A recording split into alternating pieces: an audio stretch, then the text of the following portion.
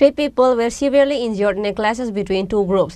This incident took place at Udaipur East Gokulpur area on Friday night. After the incident, all 3 injured were taken to Gumati District Hospital after the incident. East Gokulpur area is in a hot situation with the incident. আজকে ঘটনা হলো আমরা ইমার্জেন্সিতে 6টা নাগাদ 3 জন রোগী দুই পার্টির মধ্যে মারামারি করে আইছেন। তো এর মধ্যে 3 জনই মোটামুটি সিরিয়াস। তো একজন হলো হাজব্যান্ড ওয়াইফ, হাজব্যান্ডের নাম বিল্লাল হোসেন, আর একজন ওনার স্ত্রী হইল তানিয়া আক্তার। তো দুজনই আহত। তো তানিয়া আক্তারের মধ্যে প্রেগনেন্ট, ওনার পেটের মধ্যে লাথি লাগছে। তারা দুজন হাজব্যান্ড ওয়াইফ কইতেছে আহমুদ্দিন নামে প্রতিবেশী, তো লাথি দিছে। তো ওনার পেটে ব্যথা পাইছে, কিন্তু উনি 9 মাস গর্ভবতী। তো আমরা ওয়ার্ডে ভর্তি করছি, আর্জেন্ট সোনোগ্রাফি লিগে করা হয়েছে। আর আরেকজন ওনার স্বামী, সেটা ওনার নাম হয়েছে বিল্লাল হোসেন। ওনার তো বাম চোখের নিচে অনেকটা জায়গা কাটা গেছে, তো সেলাই হয়েছে।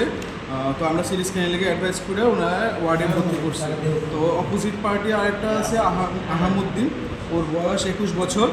ওর একটু ভালোই লাগছে, মাথা 2 জায়গাতে কাটা হয়েছে। তো মোটামুটি 7 থেকে 8টা সেলাই লাগা হয়েছে মাথার মধ্যে, আর বাম পায়ের হাঁটুতে ব্যথা পাইছে।